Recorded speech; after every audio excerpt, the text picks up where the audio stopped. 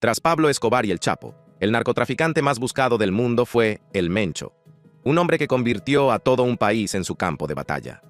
Después de Pablo Escobar y el Chapo, América Latina fue testigo del ascenso y la caída de otro jefe de cartel, Nemesio Oseguera Cervantes, también conocido como el Mencho. Sin embargo, pasó de ser intocable durante más de una década a morir en las montañas de Jalisco, y en el momento en que se anunció su muerte, México estalló y surgieron informes que afirmaban que había sido visto con vida en territorio estadounidense. Fue capturado y murió el domingo, e inmediatamente después estalló la violencia. Así que en al menos entre 15 y 20 estados hubo bloqueos de carreteras y se incendiaron autobuses. Esto es lo que realmente le sucedió a El Mencho, el avistamiento y la muerte que lo precedió. Las noticias en las redes sociales comenzaron a circular casi de inmediato, después de que el gobierno mexicano anunciara que El Mencho había sido asesinado el 22 de febrero de 2026.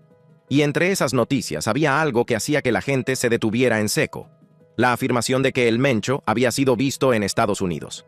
Las publicaciones se difundieron por X, antes Twitter, en cuestión de horas, obteniendo miles de interacciones. Algunos afirmaban que había sobrevivido a la redada y había huido.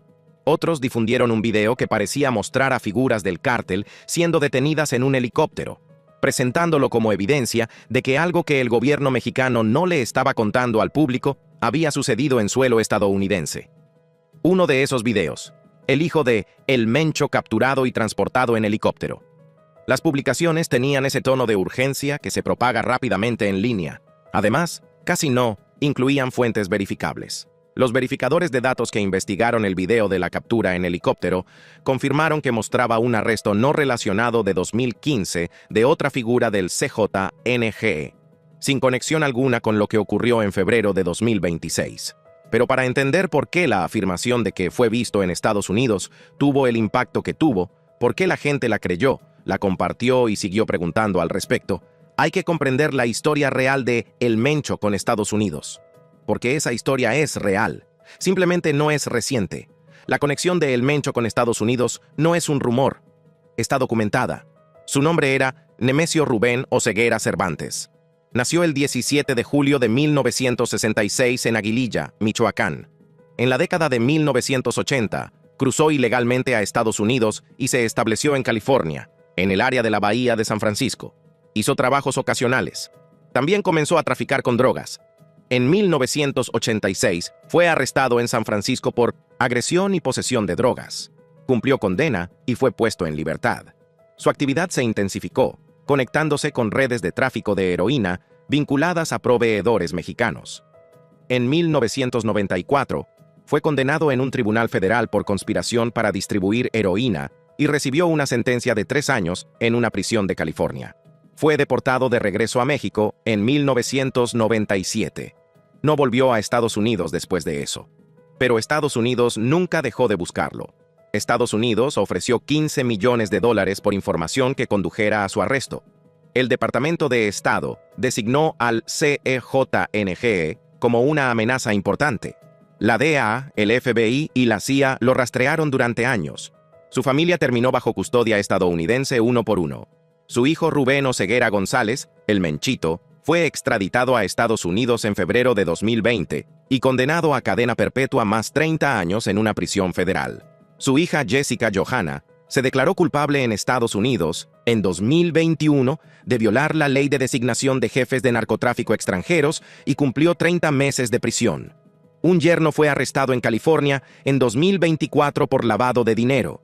Su hermano Antonio fue detenido en Estados Unidos tras fingir su propia muerte. La familia estaba en Estados Unidos. El Mencho no. Ningún medio importante, ninguna agencia policial ni ninguna fuente oficial corroboró ningún avistamiento de El Mencho con vida en suelo estadounidense tras el anuncio del 22 de febrero. Lo que confirmaron fue esto. Fue rastreado por la inteligencia militar mexicana hasta una cabaña en Tapalpa, Jalisco. Resultó herido en un tiroteo y murió a causa de las heridas de bala mientras era trasladado en helicóptero para recibir tratamiento. El supuesto avistamiento fue producto del caos que siguió a ese anuncio. Y el caos en sí mismo, la razón por la que la gente estaba tan desesperada como para compartir publicaciones sin verificar sobre un hombre muerto que había sido visto con vida al otro lado de la frontera, es la historia. porque lo que ocurrió en México en los días posteriores a la muerte de El Mencho explica todo sobre por qué su fantasma aún se siente presente, y por qué Estados Unidos está observando las secuelas tan de cerca como cualquiera. Lo que estás a punto de escuchar es la historia completa, desde el hombre que fue, pasando por la operación que acabó con él, hasta lo que en realidad nada de eso ha logrado detener: el ascenso de El Mencho.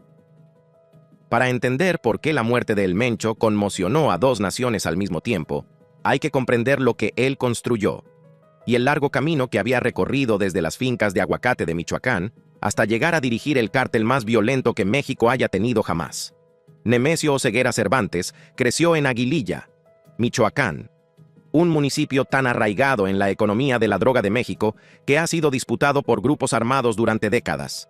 Abandonó la escuela a temprana edad. Trabajó en las granjas familiares, y en una región donde el cultivo de la adormidera ya estaba entretejido en el tejido económico de la vida rural, su exposición al mundo de los narcóticos comenzó antes de que tuviera edad para votar. Emigró ilegalmente a los Estados Unidos en la década de 1980. Lo arrestaron, lo condenaron, lo deportaron.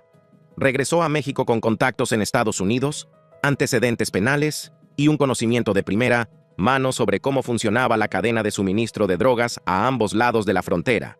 Un conocimiento que, con el tiempo, lo convertiría en uno de los hombres más peligrosos del planeta. Lo que sucedió después sorprendió a todos. Se convirtió en agente de la Policía Municipal de Tomatlán, Jalisco, a finales de la década de 1990. Aprendió las tácticas policiales desde dentro. Aprendió cómo funcionaban las redes de corrupción. Aprendió sobre armas y contramedidas de vigilancia, y luego dejó el uniforme y se unió al Cartel del Milenio, una organización con sede en Michoacán, aliada con el Cartel de Sinaloa, especializada en la producción de metanfetamina a partir de precursores químicos importados de Asia. Su matrimonio con Rosalinda González Valencia, cuya familia, los Queenies, operaba como el pilar financiero del cartel, le proporcionó alianzas que el dinero por sí solo no podía comprar. Ascendió dentro de la estructura del Milenio como ejecutor.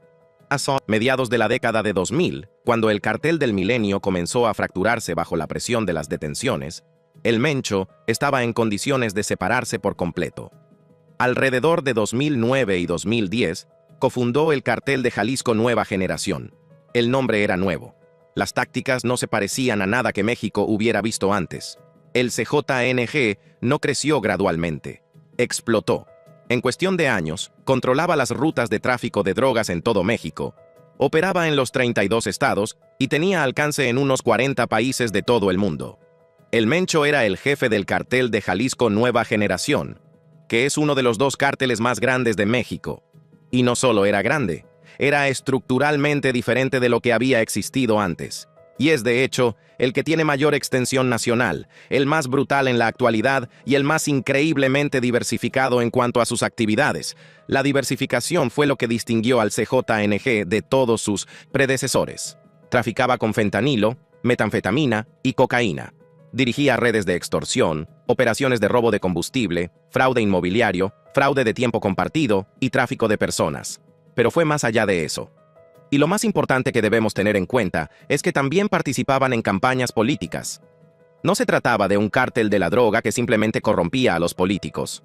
En algunas regiones de México, los seleccionaba y cooptaba a los candidatos, y a veces, en algunos municipios, incluso elegía a los candidatos. El CJNGE no era solo una organización criminal. Era una estructura estatal paralela en partes significativas del territorio mexicano. Y la violencia que empleaba para mantener esa estructura era de un tipo que se intensificaba sistemáticamente más allá de lo que cualquier rival había intentado.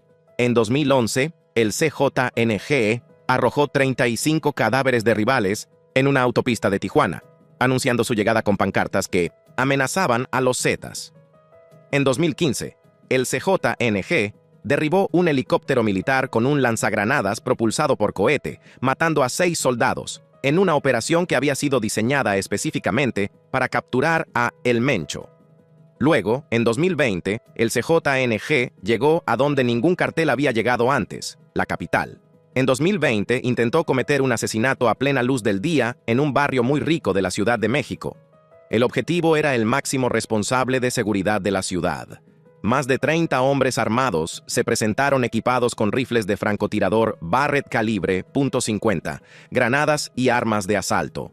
Dispararon más de 400 balas en una emboscada de 3 minutos.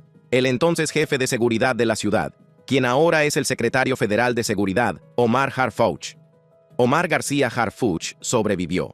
3 personas no lo hicieron. Recibió 3 balazos, en el hombro, el brazo y la pierna.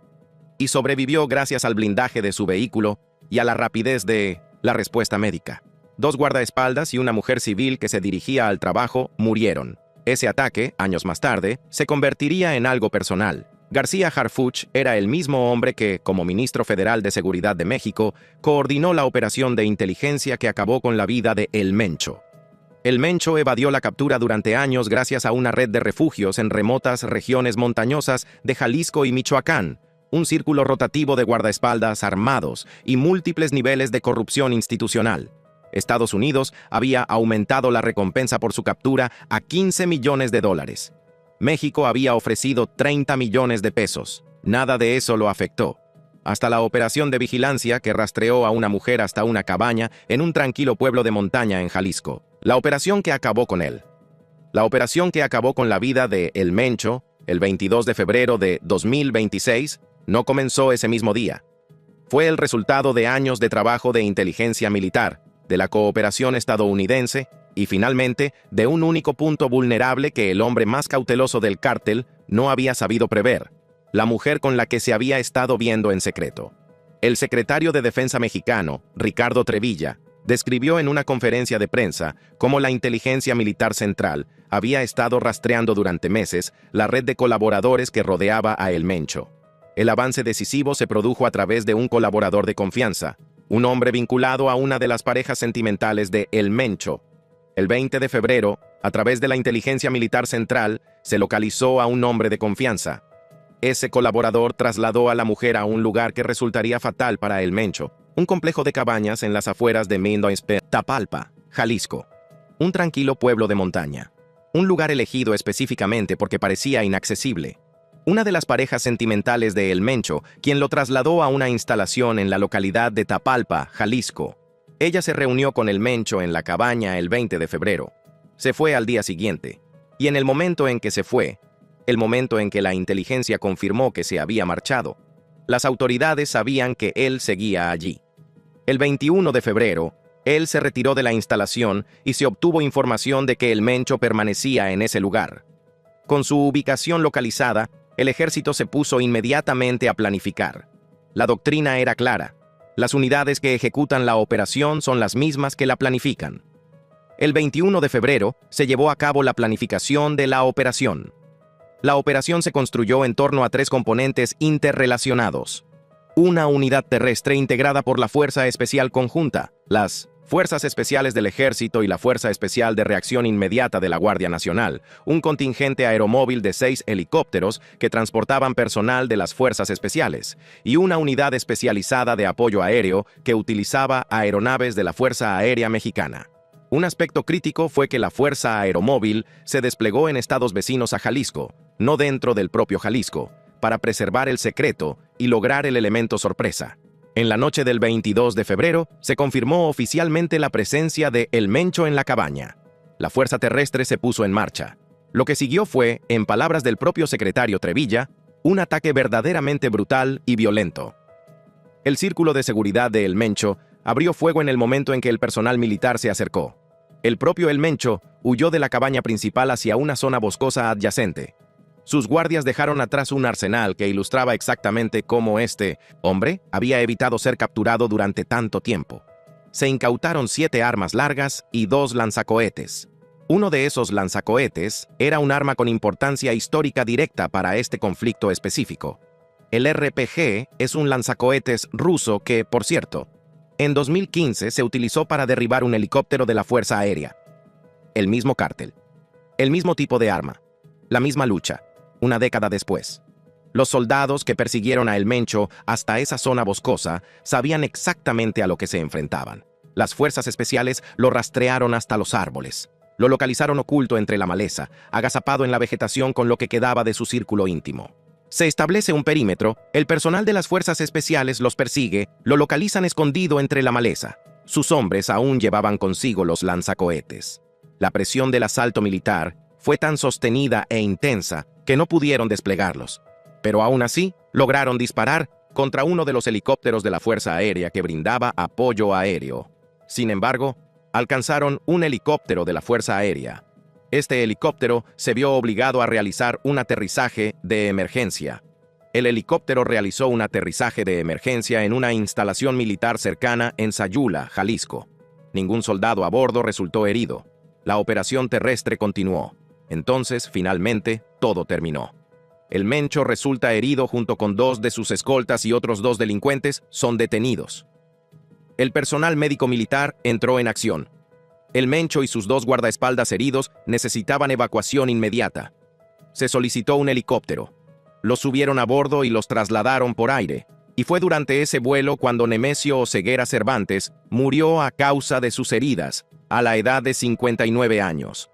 Debido a que la situación de seguridad en Guadalajara ya se había deteriorado a medida que se difundía la noticia, el helicóptero se desvió al Aeropuerto Internacional de Morelia, en Michoacán, donde esperaba un avión de la Fuerza Aérea. El avión voló directamente a la Ciudad de México. El Mencho, el hombre por cuya cabeza se ofrecía una recompensa de $15 millones estadounidenses, que había construido un cártel que se extendía por 40 países, que había disparado al jefe de policía de la Ciudad de México a plena luz del día. Murió de camino a un hospital al que nunca llegó. La represalia. La respuesta del cártel no fue el duelo, fue la guerra, y no fue algo espontáneo. No fue algo espontáneo. Una operación organizada y estratégica de incendios provocados en al menos 15 estados mexicanos.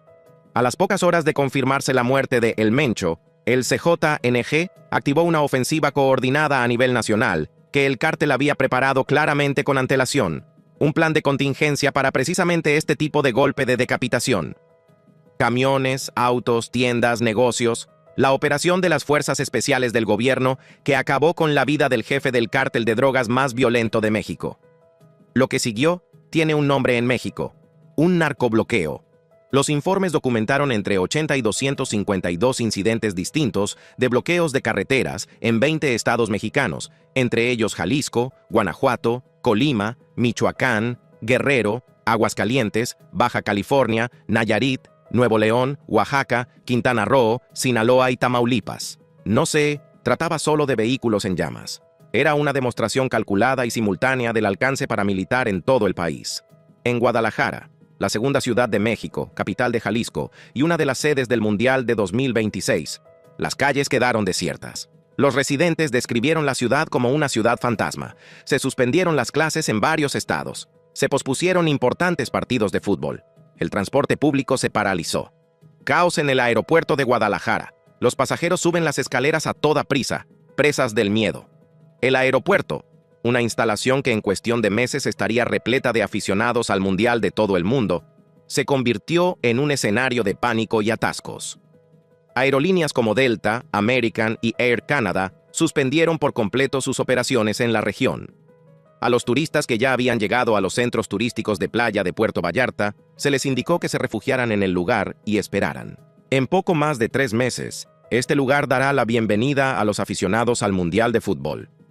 Más de 70 personas murieron en el período inmediato de represalias, incluidos al menos 25 miembros de la Guardia Nacional. El CJNG desplegó armas de grado militar, lanzacohetes, vehículos blindados y drones, en enfrentamientos armados directos con las fuerzas de seguridad en varios estados.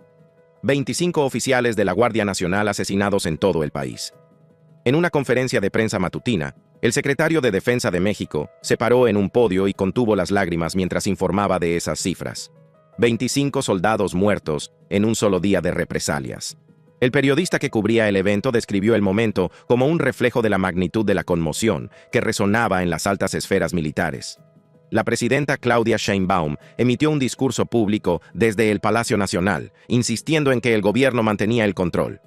Lo más importante en este momento es garantizar la paz y la seguridad de toda la población de todo México.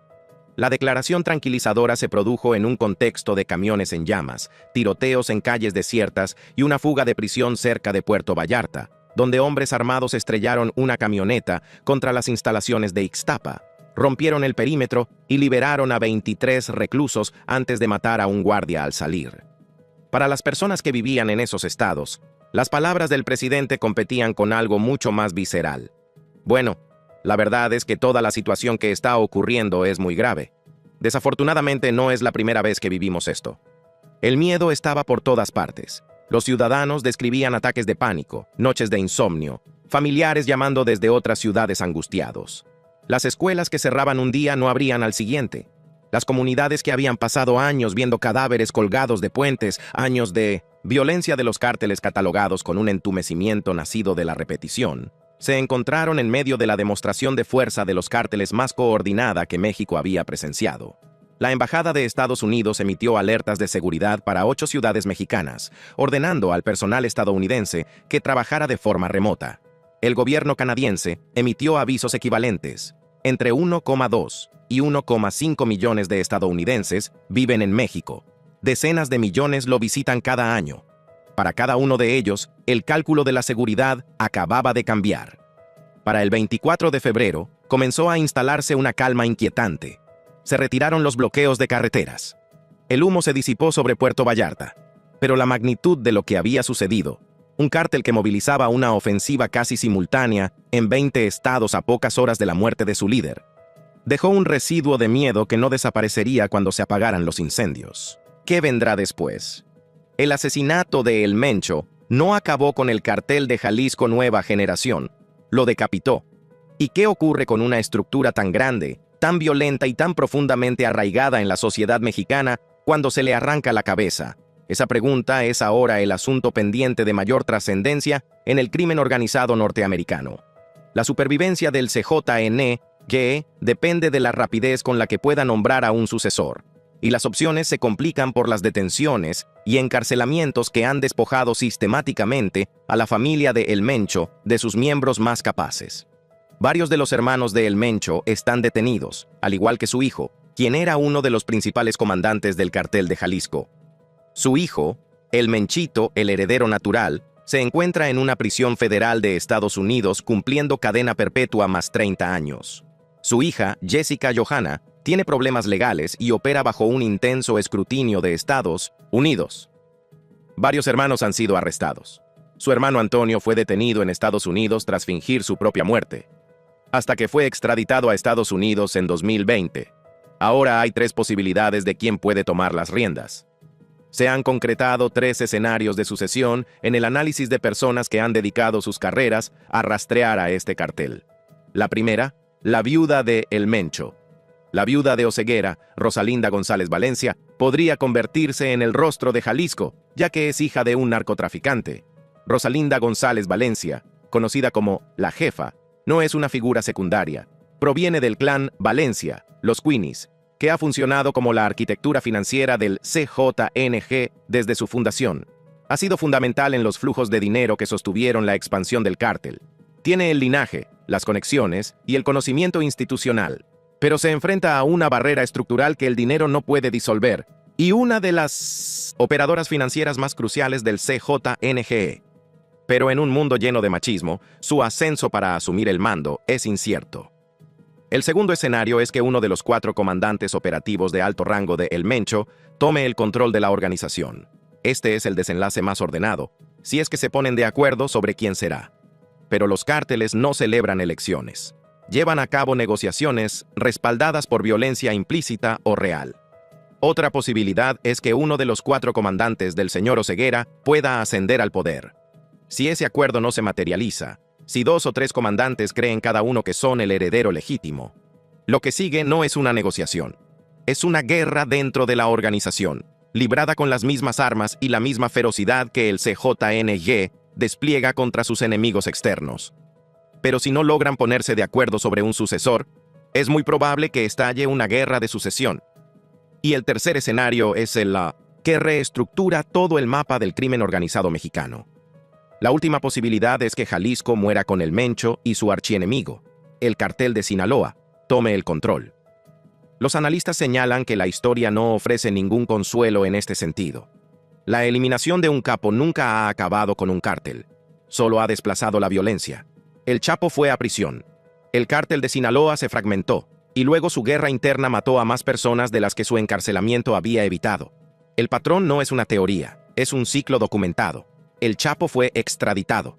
Amayo Zambada huyó de Sinaloa y terminó en Estados Unidos. En cada uno de esos casos, la organización no se disolvió, se reconstituyó bajo un nuevo liderazgo o se fragmentó en facciones que generaron su propia violencia, concentrada en la competencia por heredar el territorio. Otros capos han sido asesinados, y el negocio continúa. Así que esta es una estrategia cuestionable en muchos sentidos.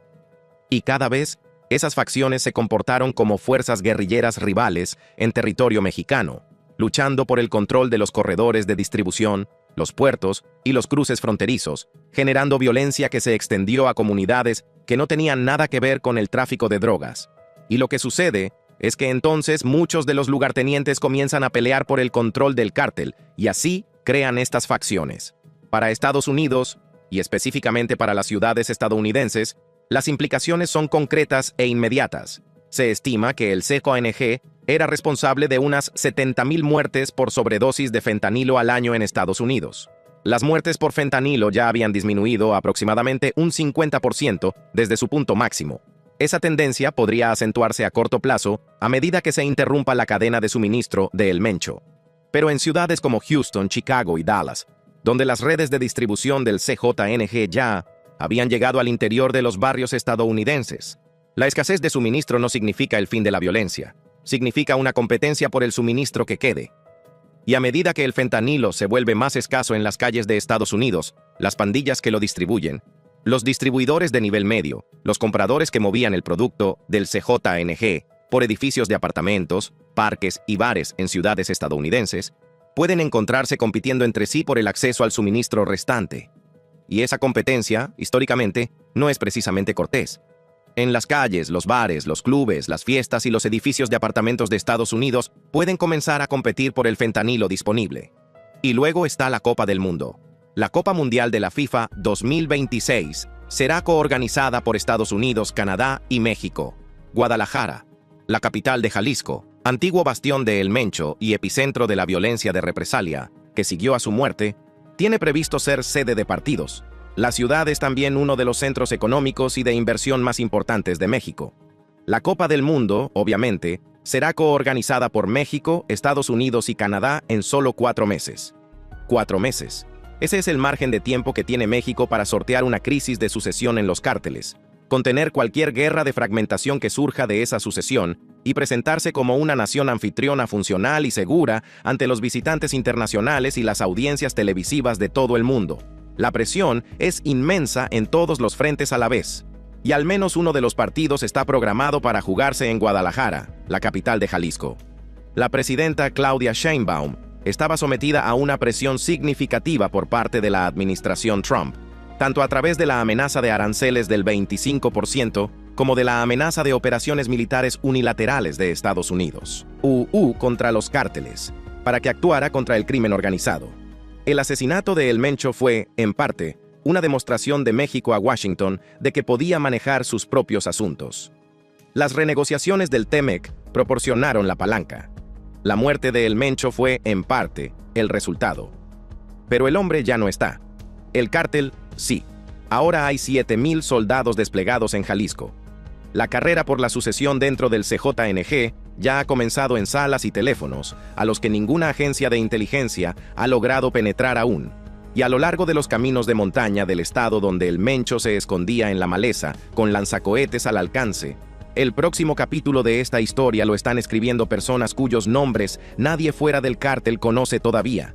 Estados Unidos pasó años buscando a El Mencho. Lo encontraron a través de una mujer que visitaba una cabaña en las montañas. Y la pregunta de qué vendrá después de él, ¿quién llenará? El vacío, ¿quién heredará la violencia? ¿Y qué significa eso tanto para las calles de México como para las de Estados Unidos? Es una pregunta que aún no tiene respuesta.